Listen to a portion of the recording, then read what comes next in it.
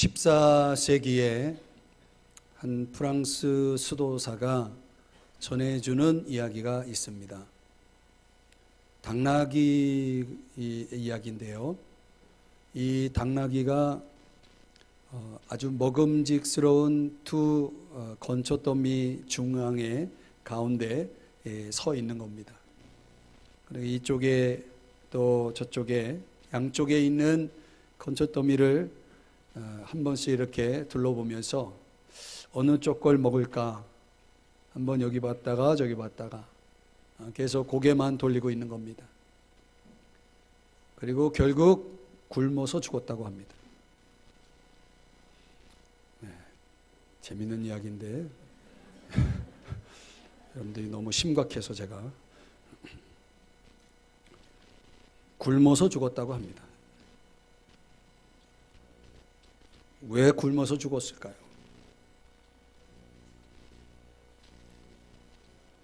너무 머리만 돌려서. 이 프랑스 수도사는 이 당나귀 이야기를 통해서 당나귀가 죽은 이유를 이렇게 밝히고 있습니다. 어중간한 상태에 있어서. 여러분, 신앙도 마찬가지예요.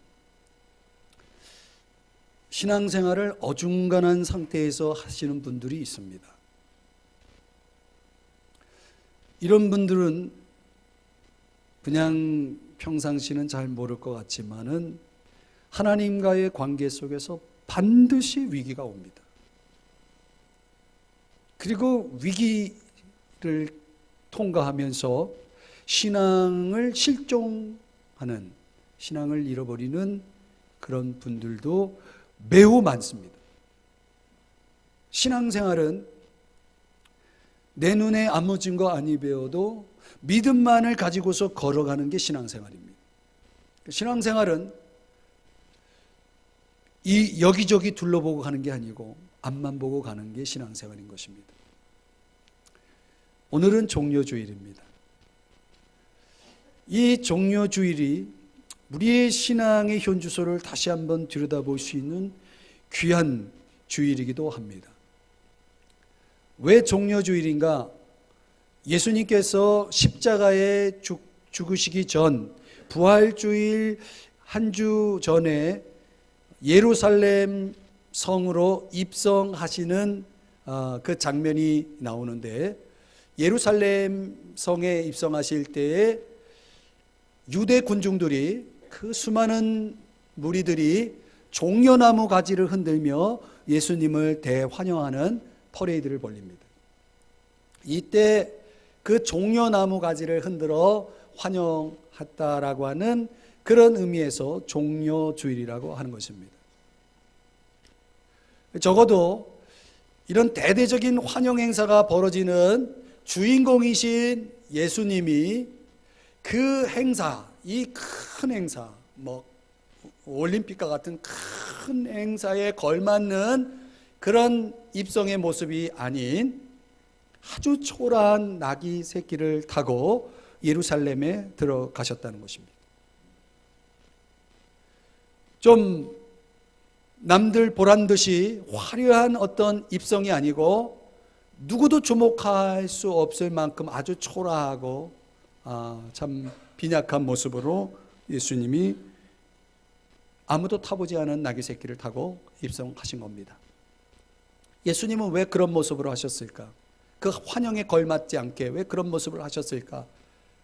예수님이 이 땅에 오시기 전 520년 전에, 약 520년 전에 스가랴라는 선지자에게 하나님께서 이런 말씀을 주셨습니다.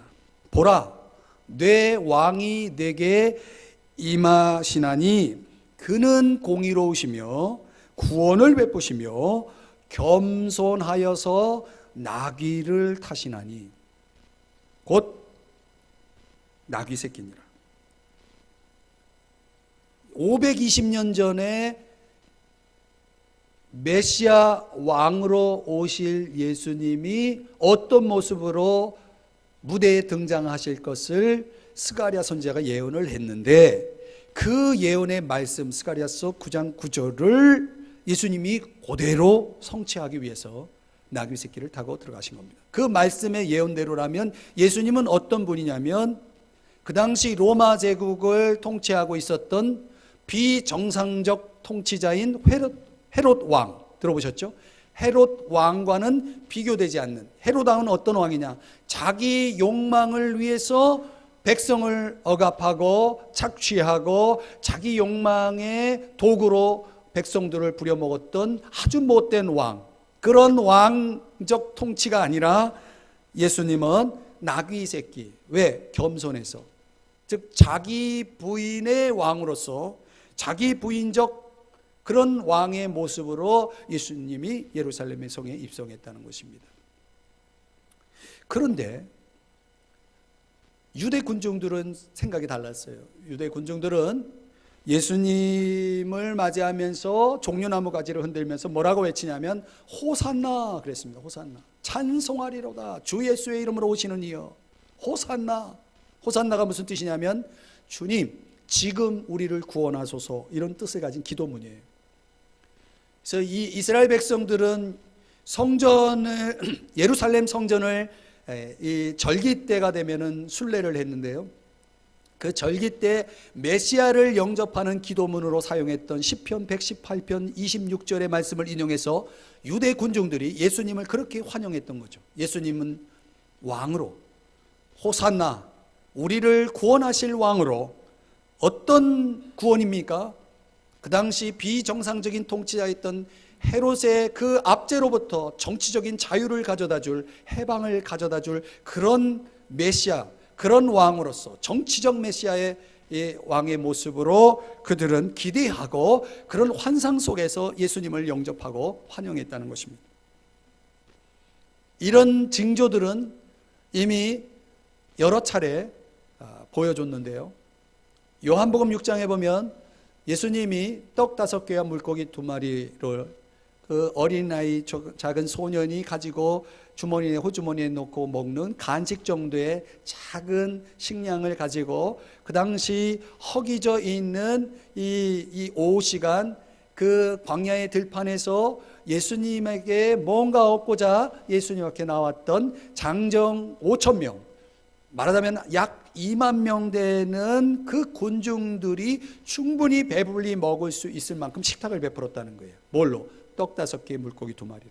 이건 물리적으로, 이 물량적으로 있을 수 없는 기적이 일어난 것입니다. 그때 이 군중들이 무슨 생각을 했냐면, 저분을 우리의 왕으로 삼는다면, 저 헤롯과 같지 않고 저분을 우리의 왕으로 삼는다면 우리가 평생 먹고 사는데 문제 없겠다.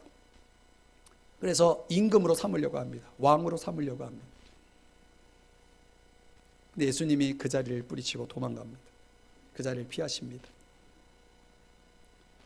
유대인들, 이 유대 군중들의 꿈은 뭐냐면 빨리 우리를 이 억압에서 풀어줄 수 있는 메시아 왕이 나타나기를 기대했던 거죠. 바로 그분이 누구냐면 예수님이었다라고 그들은 생각했던 것입니다. 그런데 예수님은 생각이 달랐어요.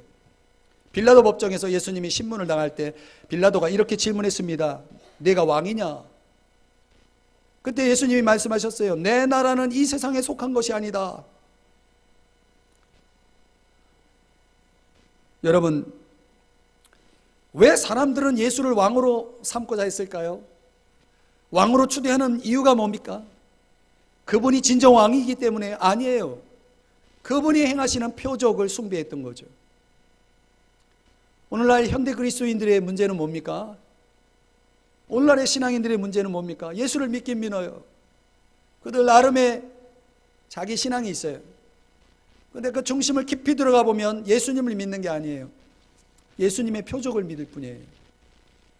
예수를 경배하는 자가 아니라 예수의 표적을 숭배하는 그런 신앙인들이 많다는 얘기입니다. 유대 군중들이 그러했다는 것입니다. 그 환상 속에서 벗어나지를 못했어요. 예수님이 이 땅에 오시고 예루살렘 성으로 입성하신 그 목적은 신명기적인, 다시 말하면 이 신명기를 이 성서대학에서 공부하시는 분들은 아실 거지만 하나님의 말씀을 곁에 두고 그 말씀을 가지고 살고 그 말씀에 절대적으로 순종하는 그런 왕을 하나님께서 세울 것을 말씀하십니다. 예수님은 바로 그런 왕이었어요. 자기 욕망을 위해서 살아가는 왕이 아니라, 자기 욕망을 위해서 나라를 통치하는 왕이 아니라, 자기 부인적인 차원에서 오직 하나님의 말씀을 따라서 순종하며 하나님의 뜻을 이루어가는 그런 왕으로서의 완전한 모습을 예수님은 실현하고자 했던 것입니다. 그래서 예수님은 뭐예요? 예루살렘 성에 입성하면서 이 땅에 오시면서 그런 목적을 가지고 그분이 우리의 진정한 모델로서, 어떤 모델? 하나님의 사람됨의 모델로서 그분이 우리에게 오신 것입니다. 입성하신 거예요. 그래서 예수님이 볼 때 이 유대 군중들의 그 중심에, 그 마음속에 자리 잡고 있는 그 욕망적인 그 마음을 예수님은 너무나 잘 알고 계셨죠. 그래서 공생애를 시작하실 때 예수님께서 어떤 설교를 시작하시냐면 이렇게 설교를 시작합니다. 가르침의 첫 텍스트가 뭐냐면 심령이 가난한 자는 복이 있나니. 여러분, 말이 됩니까? 가난한데 복이 돼요? 복이 있대요. 이건 우리의 상식으로는 있을 수 없는 얘기죠. 예수님 그렇게 말씀하신 겁니다. 심령이 가난한 자는 복이 있다, 가난한 자는 복이 있다라고 말씀하신 겁니다. 왜? 도대체 뭐가 복이 있다라고 말씀하는 거냐? 가난한 자의 복은 도대체 뭐냐? 주님이 답을 가르쳐 주셨어요. 천국이 그들의 것이며. 여러분, 천국이 있습니까? 아멘이 죽어 들어가네요. 아멘입니까? 아닙니까? 천국이 있습니까? 천국이 있다는 건 무슨 얘기냐면 하나님을 만났다는 얘기예요. 하나님을 만났다는 얘기는 그 사람이 하나님의 사람으로 변화되어져 가고 있다는 얘기입니다. 그러니까 이게 굉장히 중요한 개념이에요. 구약의 이스라엘 백성들은, 여러분 성경을 읽어보세요. 모세오경을 읽어보세요. 신명기를 공부해보세요. 하나님께서 이 지구상에 가장 형편없는 나라 하나를 선택했는데 그게 이스라엘이에요. 예수님이 그렇게 말씀하셨어요. 너희는 세계 모든 나라 중에 가장 작은 민족이다. 소수민족이에요. 그런 민족을 선택해서 하나님이 뭐라고 말씀하냐면 너희들은 큰 나라가 될 것이다 그랬어요. 그 큰 나라 됨의 두 가지 이유. 첫째는 하나님을 가까이 하기 때문에, 하나님을 알기 때문이고, 두 번째 이유, 하나님의 법을 가지고 살기 때문에. 이 두 가지만 조건을 갖추고 있으면 너희들은 큰 나라가 될 것이다. 그래서 우리 예수님은 우리 이런 개념에서 천국을 말씀을 하신 거죠. 그런데 이 구약의 이스라엘 백성들을 말 그대로 하나님 말씀하신 대로 그들이 하나님을 가까이 하고 기도하고 하나님을 알고 또 그들이 하나님의 법을 가지고 순종할 때 하나님께서 어김없이 그들을 큰 나라가 되게 하셨어요. 그래서 열국의 주변에 있는 열국들이 이 조금도 이스라엘을 건들지 못했어요. 겁이 나가지고. 하나님이 꽉 쥐고 있으니까 그 나라를 건들지 못해요. 큰 나라가 됐어요. 열방의 가장 큰 나라로 하나님께서 이스라엘 백성도 축복하십니다. 그런데 여기서 문제가 생겼어요. 하나님이 이스라엘 땅, 이 가나안 땅을 이스라엘 백성들이 이제 정착하는 과정 속에서 하나님이 큰 나라가 되게 하시니까 가나안 족속들, 이 원주민들이 꼼짝 못하고 그들에게 이제 무릎을 꿇게 되는데, 이 시간이 가면서 이 이스라엘 백성들이 착각하는 거예요. 하나님 알고 하나님 가까이 하고 하나님의 법을 가지고 살기 때문에 하나님이 큰 나라가 되게 하셨다는 것을 잊어버리고 우리가 잘나서 내가 능력이 있어서 큰 나라가 됐다고 착각합니다. 그때 이스라엘 백성들이 세 가지 타락에 빠집니다. 첫째, 우상 숭배. 두 번째, 성적 타락. 세 번째, 안식일 파기. 여러분, 오늘날 보면은요, 하나님께서 정말 복을 주셔서 하나님 은혜 속에 하나님이 딱 쥐고 있을 때, 그때 인간이 겸손하게 주님을 제대로 섬겨야 되는데 어깨에 힘주고 교만해져 가지고 그때부터 주일 안 지킵니다. 놀러 다니고 타락하고 성적으로 도덕적으로 타락하고, 그리고 그 자기 욕망적인 것들을 추구하기 위해서 우상을 숭배하기 시작합니다. 엉뚱한 신을 섬기고 그럽니다. 하나님이 경고했어요. 너희들 요거 세 가지 빨리 버리지 않으면 너희들 망한다. 선지자들을 보내서 계속 경고하는데 보내는 선지자마다 죽여요. 핍박해요. 무시해요. 하나님의 말씀을 거부합니다. 그래서 어떻게 됐습니까? 그 큰 나라가 지구상에서 사라져요. 나라가 없어집니다. 망한 겁니다, 여러분. 예수님은 그걸 알고 계셨던 거예요. 여러분, 하나님이, 예수님이 이 땅에 오셔서 우리에게 정말 선사하고자 하는, 정말 주시고자 하는 복이 뭡니까? 하나님을 만나는 복이에요. 하나님을 아는 복이에요. 하나님의 법을 가지고 사는 하나님의 사람 되는 것을 하나님이 원하시는 거예요. 이게 신명기적 이 구도예요. 이 굉장히 중요한 개념입니다. 이거를 깨닫지 못하는 신앙인들은 예수님을 왕으로 믿기는 믿어요. 근데 자기의 욕망을 채워줄 왕이에요. 오늘 종려주일에 저와 여러분이 자문해야 될 게 뭡니까? 이 구약에 하나님이 부여하신 복은 그 부가적인 복, 2차적인 복이거든요. 그거는 현세적이고 물질적인 거예요. 다 그 뭐예요? 일시적인 거예요. 지나가는 것들이에요. 고린도후서 4장 18절에 보면은 뭐라고 말씀하는지 여러분, 거기 보면 보이는 것은 잠깐이라고 그랬거든요. 보이지 않는 것은 영원하고. 이 부수적인 축복에 눈이 멀어가지고 우상숭배, 도덕적인 타락, 안식일 파기 이런 것들로 빠지는 이런 백성들 향해서 예수님 그거 알고 심령이 가난한 자는 복이 있나니 천국이 그들의 것이며 이렇게 설교를 시작한 거예요. 그리고 이 가르침을 시종일관 예수님이 가르친 거예요. 자기 영망적인 삶을 사는 게 아니라 자기 부인적 삶을 통해서 하나님의 뜻을 가지고 하나님 말씀을 가지고 하나님의 사람 되어 살거라. 그리하면 내가 너를 큰 나라 되게 하리라. 이것이 하나님이 진정 우리에게 주시고자 하는 복이었던 것이죠. 이 종려주일에 오늘 저와 여러분이 정말 예수님을 왕으로 믿고 있나요? 여러분이 생각하는 왕은 어떤 왕인가요? 여러분이 기대하는 왕은 어떤 왕인가요? 오늘 내가 믿는 예수를 내려놔야 됩니다. 성경이 말씀하는 예수를 만나야 됩니다. 오늘 이 종려주일에 우리가 이제 에베소서로 넘어와서 참 이 에베소 시작부터 우리에게 굉장한 말씀을 우리에게 주시고 있어요. 1장 3절 찬송하리로다. 찬송하리로다. 율로게토스. 이게 무슨 뜻이냐면 뭐뭇에 대해서 좋은 말을 하다는 뜻이에요. 여러분, 찬송이라는 건 뭡니까? 하나님에 대해서, 그분에 대해서 좋게 말하는 게 찬송이에요. 그러면 여러분, 언제 여러분이 하나님을 좋게 얘기합니까? 여러분이 바라는 기대가 이루어질 때. 여러분이 바라는 기대가 이루어지지 않으면 하나님에 대해서 찬송이 나와요? 그걸 찬송거리로 만들 수 있겠어요? 그걸 가지고 노래할 수 있겠어요?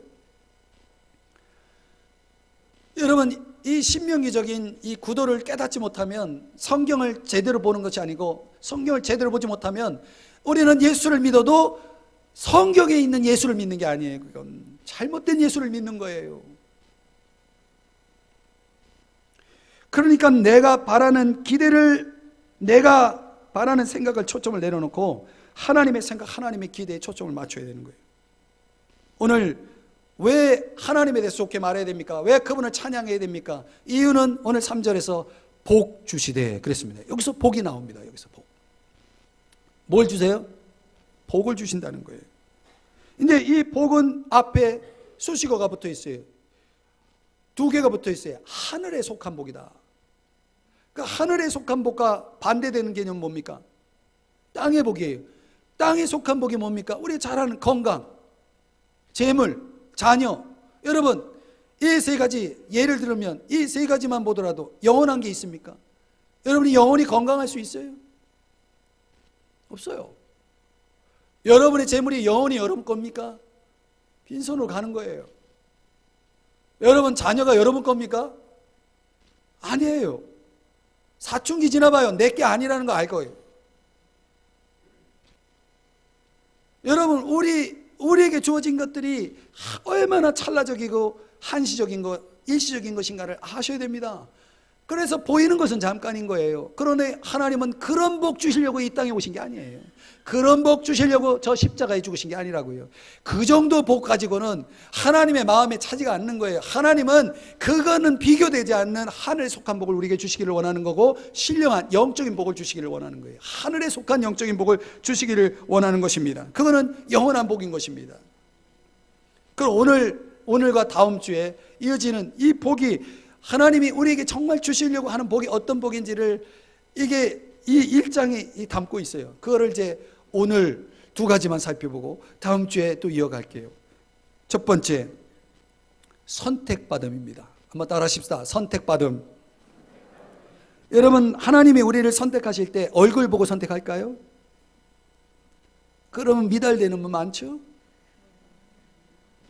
당장이라도 뜯어 고치고 싶은 얼굴, 그런 얼굴 갖고 있다 생각하시는 분 탈락입니다. 하나님이 우리의 외모 보고 선택해요? 몸매 보고 선택해요? 우리의 학력 보고 선택해요? 우리의 재물 보고 선택해요? 하나님에게 그런 기준이 다 필요 없는 기준이에요. 딱 하나의 조건을 제시하고 있어요. 그리스도 안에서. 그리스도 안에서라고 하는 것은 뭡니까? 예수 그리스도를 구주로 주님으로 영접하는 것을 얘기합니다. 믿는 것을 얘기합니다. 왜? 아무리 봐도, 하나님이 아무리 봐도 의인은 없나니 하나도 없다.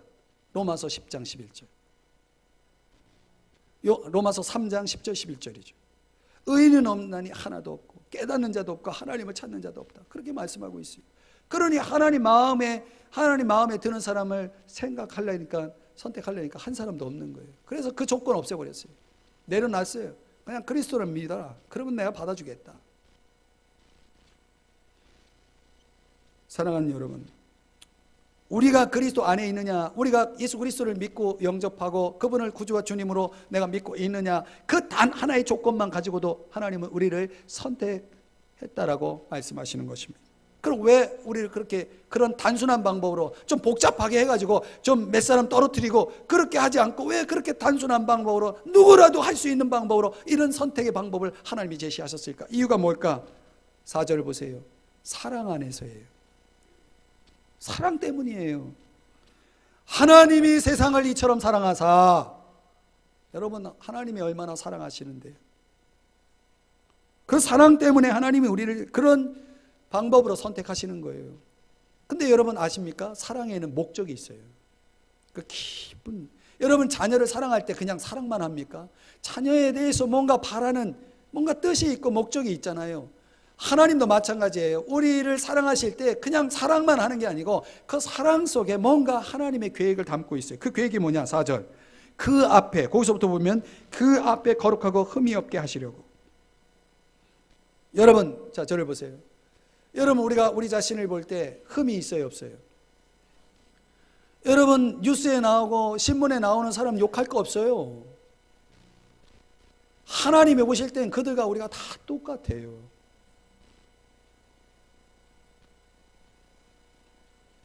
저는 우리 사회에서 벌어지는 일도 보면 참 마음이 아파요. 우리 사회가 정죄 문화가 너무 커요. 이건 하나님 말씀이라기보다는 제 개인적으로 가지고 있는 소견입니다.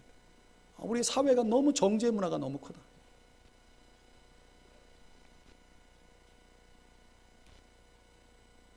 그래서 얼마나 본인은 깨끗하고 거룩해서 그럴까? 여러분, 그건 아니잖아요. 거룩하고 흠없는 존재, 하나님이 우리를 선택하실 때 우리에게 바라시는 기대예요. 그런 인격적 수준으로 존재로 변화되어지기를 바라는 것인데, 그런 기준을 제대로 생각하지 않고 살아가는 사람들이 얼마나 많아요. 어떤 유명한 화가가 친구가 있는데 그 친구가 늘 어두워. 그냥 어깨엔 쳐져 있고 막 의기소침한 얼굴에 늘 낙심하고 있는 모습을 보는 거예요. 이게 너무 안타까워. 그 친구 너무 아깝고 안타깝고 해가지고 그 친구를 도와야 되겠다는 생각에 뭘 하냐면 그 친구를 잘 관찰했다가 화가니까 뭘 잘합니까? 그림을 잘 그리니까 초상화를 그려주는 거예요. 초상화를 다 완성하고 그리고 종이를 또 덮은 다음에 그 친구를 불렀어요. 친구야, 내가 너에게 이 선물을 줄게. 이거 내가 그린 걸작인데 이건 더 이상 내가 더 잘 그릴 수 없는 걸작이야. 그 그림을 선물합니다. 그림을 그 종이를 가려져 있으니까 종이를 치워보니까 어디서 많이 본 얼굴이 자기였어요. 나는 난데 뭔가 다른 나가 그려져 있는 거예요. 자기가 평소 그런 모습, 머리나 얼굴도 다르고 고개를 쭉 이렇게 숙인 모습이 아니라 똑바로 세우고 어깨도 쫙 펴져 있고 얼굴과 눈에는 아주 생명력이, 희망이 넘치고 그리고 이 입술도 이렇게 올라가고, 자, 한번 옆 사람 얼굴 보세요. 이렇게 올라가는지 한번 보세요. 저도 거울 보고 연습하거든요. 연습할 때 안 되면 그냥 이게 이렇게 올려요. 이렇게 그냥 이걸 찢어요. 이렇게 찢어가지고 이렇게 쭉 올려요. 여러분 평소에 너무 심각하게 하고 다니지 마세요. 심각해도 웃으면 복이 와요. 그런 프로 있었잖아요, 옛날에. 제가 좋아했던 그 서영춘이 나오고 이런 거, 그 프로 있었잖아요. 그런 얼굴로 초상화를 쫙 그린 거예요. 그러니까 이 친구가, 화가 친구한테 이렇게 말하는 거예요. 도대체 이게 나냐고. 이게 정말 내 모습이냐고, 이게. 그랬더니 화가가 이야기합니다. 맞다고. 너라고. 그랬더니 한참 침묵이 흐르더니 이 친구가 이렇게 말합니다. 그렇다면 내가 하나님의 이름을 걸고 내가 약속할게. 이제부터 자네가 발견한 내 모습, 그 모습대로 내가 살아가도록 노력할게. 이 친구가 이렇게 얘기했다는 겁니다. 사랑하는 여러분, 오늘 성경 속에 우리 주님이 우리에게 기대하시는 모습의 초상화가 그려져 있어요. 근데 우리 전혀 거기에 걸맞지 않는 모습으로, 전혀 엉뚱한 모습으로 우리가 살아가고 있단 말이죠. 하나님은 그런 기대를 가지고 우리를 선택하셨다는 거예요. 사랑하는 여러분, 거룩하고 흠없는 인격적인 존재로 변화되어지기 위해서 살아가도록 노력하시기를 바랍니다. 오늘 본문에 보면 우리가 찬양해야 될, 우리에게 복 주심의 두 번째 내용은 뭐냐면 아들들이 되게 하신 것입니다. 아들들이 되게 하셨다. 5절을 보실까요? 자기의 아들들이 되게 하셨다. 여기 아들 되다라고 하는 것은 휘오데시안이라는 단어인데 법적인 용어예요. 양자로 입양하다라는 뜻이에요.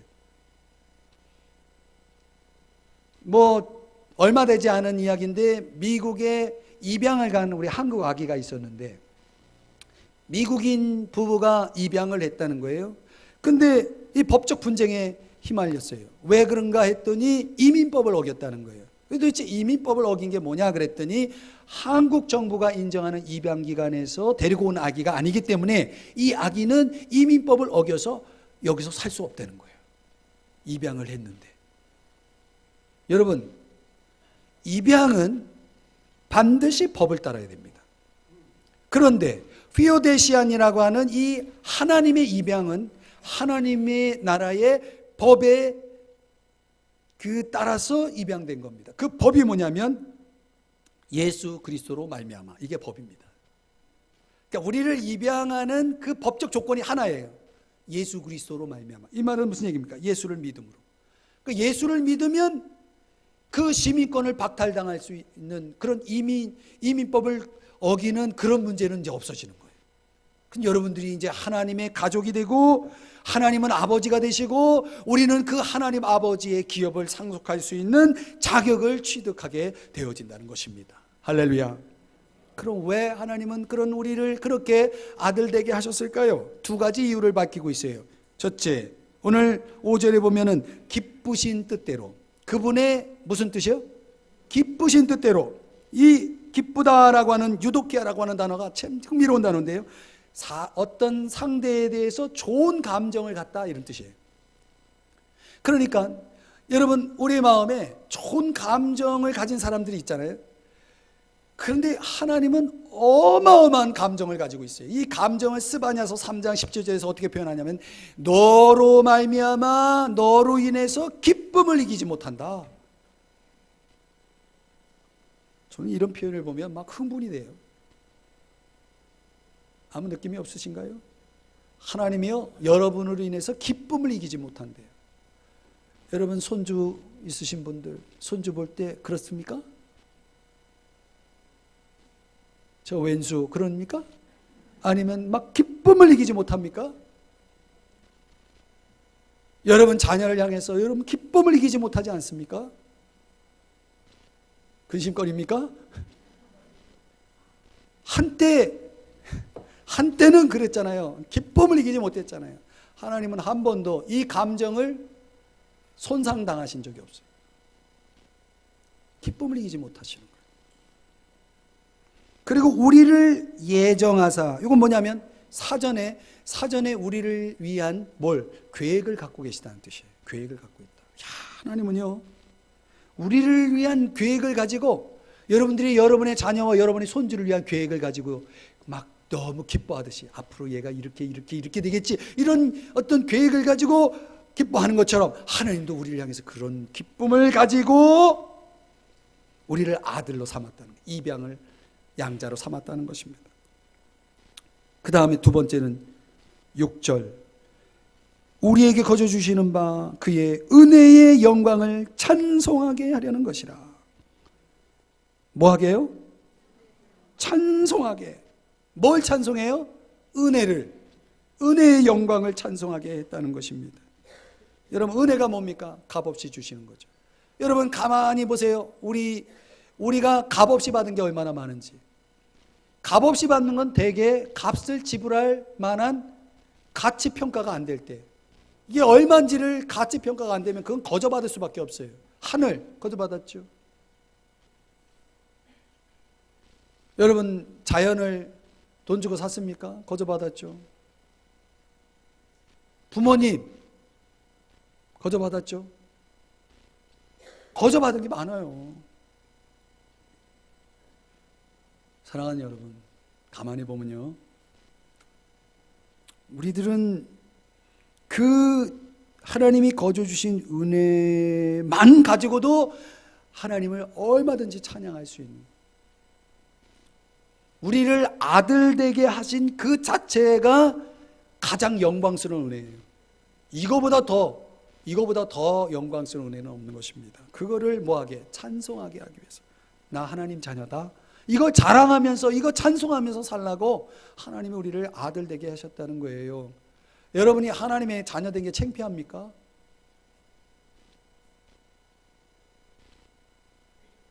어떤 자녀는 부모를 창피하게 여겨요. 그럴 수 있죠. 그런 적이 있죠. 저도 한때 그런 적이 있었어요. 여러분, 부모도 부모 나름이죠. 하나님이 우리 아버지인데 그분을 어떻게 부끄러워할 수 있나요, 여러분? 만물의 주인이신, 우주의 주관자가 되시는 그분을 어떻게 자녀된 우리가 부끄러워할 수 있나요? 있을 수 없는 얘기예요. 있을 수 없는 얘기예요. 그건 분명히 양자가 아니든지 아들이 아니든지 남이라면 그렇게 할 수가 있겠습니다, 여러분.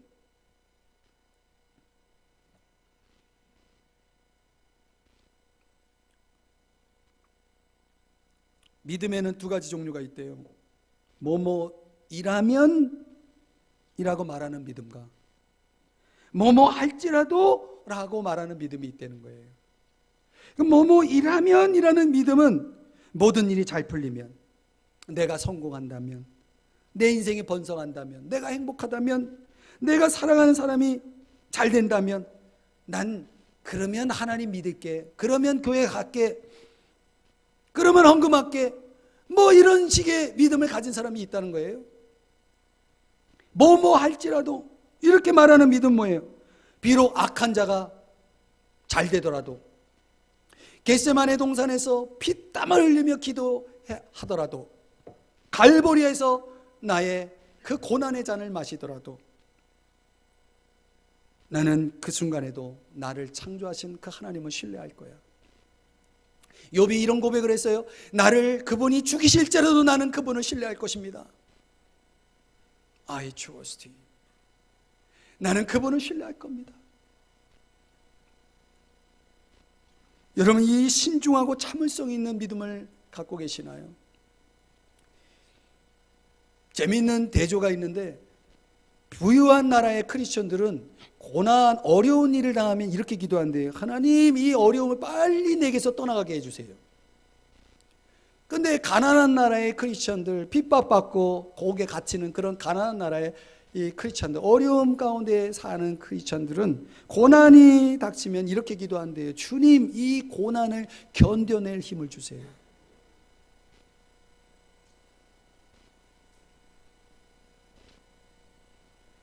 여러분, 우리 삶에 주어지는 인생 사건의 배열 방식이 영 마음에 안 들 때가 많아요. 도대체 왜 나에게 이런 일들이 자꾸 일어나고, 왜 엎친 데 겹친 격으로 자꾸 힘든 일만 생기고, 왜라고 의문을 던지는 삶의 배열들이 있다는 거죠. 그러니까 하나님을 믿는 사람들일 경우에 특별히 이런 상황에 혼란에 빠지죠. 성경에 어딜 봐도 왜라는 답을 주지 않아요, 성경은. 그래서 이런 걸 가르쳐서 신학적 무지라고 얘기하는 것입니다. 여러분, 우리는 해결할 방법도 없지만 도대체 왜 이런 일이 벌어지는지 이유를 알 수가 없어요. 이런 것들 가르쳐서 신학적 무지라고 하는데, 그 신학적 무지 백과사전이 있다는 거예요. 그런데 여러분, 왜라는 답은 주시지 않았지만 하나님이 한 가지 답을 주신 건 있어요. 모든 것이 합력하여 선을 이룬다. 하나님은 나에게 벌어지는 이것이 나에게는 유익하다는 것을 하나님은 너무나 잘 아시는 거예요. 내 이 무지한 이 눈으로, 이 무지한 심령으로, 이 지식으로 나는 모르지만 하나님은 아신다는 거죠. 스코틀랜드의 한 목사님이 갑자기 아내를 잃었어요. 그가 목사지만은 그 아내를 잃은 슬픔을 설교 강단에서 이야기를 하는 겁니다. 도대체 이 땅에서의 삶을, 내 인생을 도대체 이해할 수 없다고 그렇게 인정을 합니다. 그러면서 이분이 또 한마디 하기를, 나는 이런 일을 겪고 있는 사람들이 왜 믿음을 버리는지 더더욱 이해가 안 된다. 그러면서 그가 강단에서 이런 선포를 했다는 것입니다. 무엇을 위해 믿음을 버리는 겁니까? 밝은 태양 아래에 있는 사람들은 믿음을 선택적으로 가질 수 있지만 저와 같이 슬픔의 그늘 아래에 있는 사람은 반드시 믿어야 합니다. 믿음마저 없다면 정말 우리에게 남은 것은 아무것도 없습니다. 아무것도 없습니다. 사랑하는 여러분, 우리가 살면서 이렇게 의문을 품습니다. 하나님 정말 나 사랑하실까? 하나님 정말 나를 돌봐주고 계시나? 글쎄, 하나님이 과연 내가 이 처해 있는 이런 상황들을, 내가 만나는 모든 상황들을 정말 잘 해결해 주실까? 글쎄, 사람들은 이런 의문을 갖고 살아갑니다. 사랑하는 여러분, 이런 의문이 생길 때 여러분 아십니까? 오늘 하늘에 속한 모든 신령한 복을 이미 주시되 이미 주셨다라는 말씀을 떠올려 보세요. 그 하늘에 속한 모든 신령한 복은 어떤 복이었나요? 오늘 두 가지를 말씀드렸습니다. 하나는 뭡니까? 우리를 선택해 주셨고, 그리고 우리를 그분의 아들들이 되게 하셨다는 사실. 저는 이것이 우리가 갖는 인생의 모든 의문에 대한 답을 제공해 준다고 보는 것입니다. 그분이 날 사랑하시나요? 예, 물론입니다. 그분이 우리를 돌보고 계시나요? 예, 아멘입니다. 그분이 우리가 겪는 모든 상황들을 바꿀 수 있나요? 아멘입니다, 여러분. 이렇게 답할 수 있는 것은 그분이 우리를 선택하셨고 저와 여러분을 그분의 아들로 삼았다는 것입니다. 어떻게? 예수 그리스도 안에서 우리 종료주일에 우리의 왕으로 오신 그분이 우리의 주님이 되셨을 때, 그분이 우리의 믿음의 주제가 되었을 때, 이제 우리는 선택받은 자이고 그리고 그분의 아들이 되었다는 거죠. 왜 자기 욕망적 왕을 기대하시나요? 예수님을 그 정도 수준으로 끌어내리기를 그토록 원하시나요? 여러분, 이 땅에서의 영원한 부귀영화를 누리기를 원하시나요? 그건 진리가 아닙니다. 그림자입니다. 하나님이 진정 우리에게 주시고자 하는 그런 수준의 복을 주시기 위해서 예수님이 십자가에 죽지는 않으셨어요. 하늘에 속한 모든 신령한 복을 우리에게 주시기 원하여서 오늘 그 신명기적인 구도 속에서 주님은 말씀을 순종했고, 그리고 십자가 갈보리 언덕까지 올라가서 우리의 죄를 대속하셔서 죽으셨다는 사실입니다, 여러분. 그래서 그분은 진정 우리의 왕인 것입니다. 우리를 억압하고 우리 것을 착취하고 우리를 망하게 하는 왕이 아니라 우리를 살리기 위해서 대신 자기 부인적 왕으로 오셔서 십자가에 달리신 그 예수님이 진정 저와 여러분의 왕인 것입니다. 그 왕을 믿으셔야 됩니다. 그 왕과 함께 살아야 됩니다. 그리고 그 왕을 따르셔야 됩니다. 욕망이 전부가 아닙니다. 오늘부터 이제 고난주간을 보내면서 여러분, 나의 왕은 진정 성경의 예수인가? 아니면 내가 기대하는 그냥 예수를 나는 믿고 있는가? 여러분 끊임없이 물어보세요. 그리고 이것을 가지고 묵상해 보세요. 여러분, 이것이 굉장히 중요한 물음인 것입니다. 저는 다음 주에 부활주의를 통해서 여러분들과 같이 이 하늘에 속한 모든 신령한 복 가운데 하나님이 우리를 향해서 어떤 마음들을 갖고 계시는지를 계속 말씀을 이어가려고 합니다. 자, 여러분, 오늘 종료주일 어떤 말씀으로 은혜를 받으셨나요? 선택받은 자여, 아들들이시여, 그분을 왕으로, 진정 왕으로 모시기를 축복합니다. 다 같이 자리에서 일어나서 예수 우리 왕이여, 이곳에 오셔서 그분을 왕으로, 참된 왕으로 모시며 찬양하며 기도하며 마치겠습니다.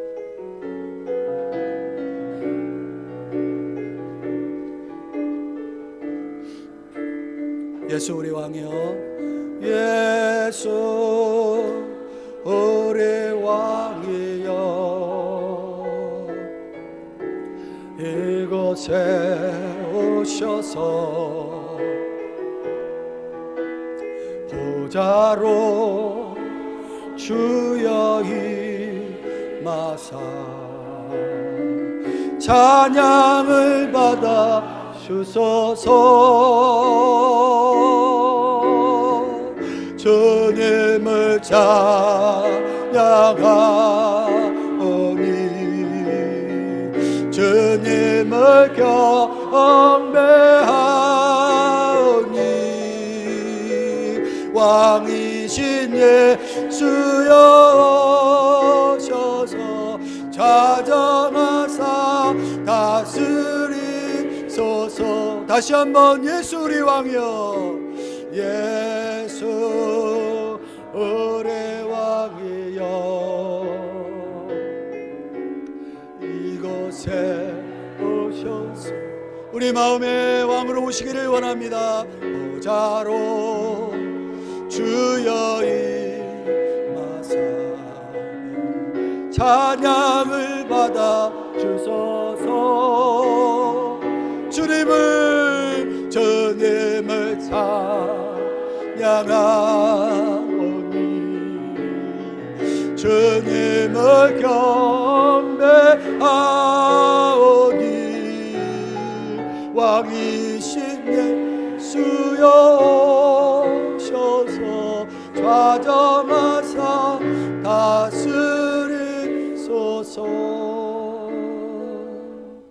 기도할게요. 사랑하시는 주님,